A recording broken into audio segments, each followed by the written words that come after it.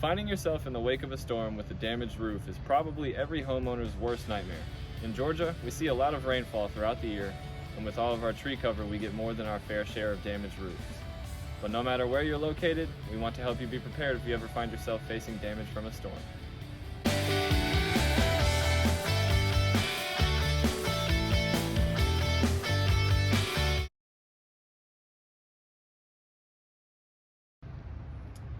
Once a storm has passed through your area, you'll want to take a walk around your property to assess for damage.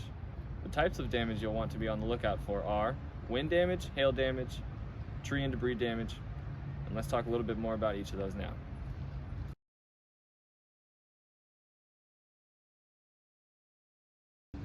Wind damage is one of the most common types of storm damage, and 3-tab shingles are the most susceptible to this type of damage. 3-tab shingles are what you see on most homes, and they are your typical run-of-the-mill asphalt shingle roof. The biggest signs of wind damage to look out for, particularly with 3-tab shingles, are flip shingles, crease shingles, or missing shingles entirely.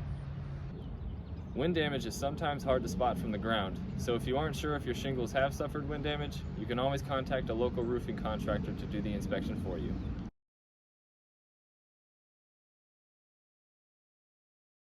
Hail damage isn't necessarily common in Georgia, but it does happen, and it's quite common in other parts of the country, so it's good to have knowledge of. Hail damage in particular is almost impossible to see from the ground. Unless you live in a place with extremely large hail that can cause holes in your roof, hail damage will make small 1 to 2 inch depressions in your shingles, exposing the material underneath. If your area has experienced a hailstorm, it's a good idea to have a well-established roofer come out and assess your roof for damage.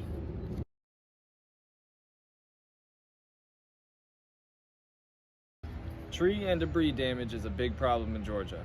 Atlanta is one of the most tree-dense cities in the country, but whether you live in Georgia or not, your home can still suffer from tree damage. Of course, if your home suffers a large-scale limb or even an entire tree falling, you'll know immediately, but if you walk around your property after a storm and notice a lot of branches and debris, there's a good chance your roof has suffered some smaller-scale debris damage that you may not notice right away.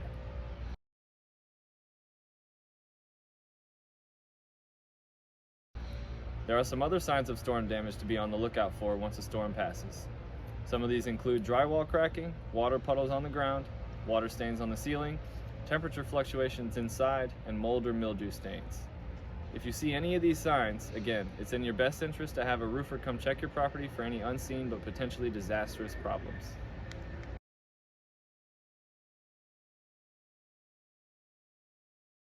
There are 2 major do's and don'ts in the wake of storm damage. The most important thing to be aware of is to be on the lookout for storm chasers. Storm chasers are contractors that pop up in the wake of large storms, offer cheap prices, do shoddy work, cash in insurance claims, and leave you with a repair job that's bound to fail. Do be sure to call a trusted local roofing company. Make sure you do your research, look for well-established companies with positive reviews so you can be sure you won't be taken advantage of. If you have any questions or are worried you may have storm damage yourself, you can always give Colony Roofers a call. We offer completely free 30-minute inspections, and even if we don't end up being your roofer, we're happy to help you make the right decision. Thanks for watching.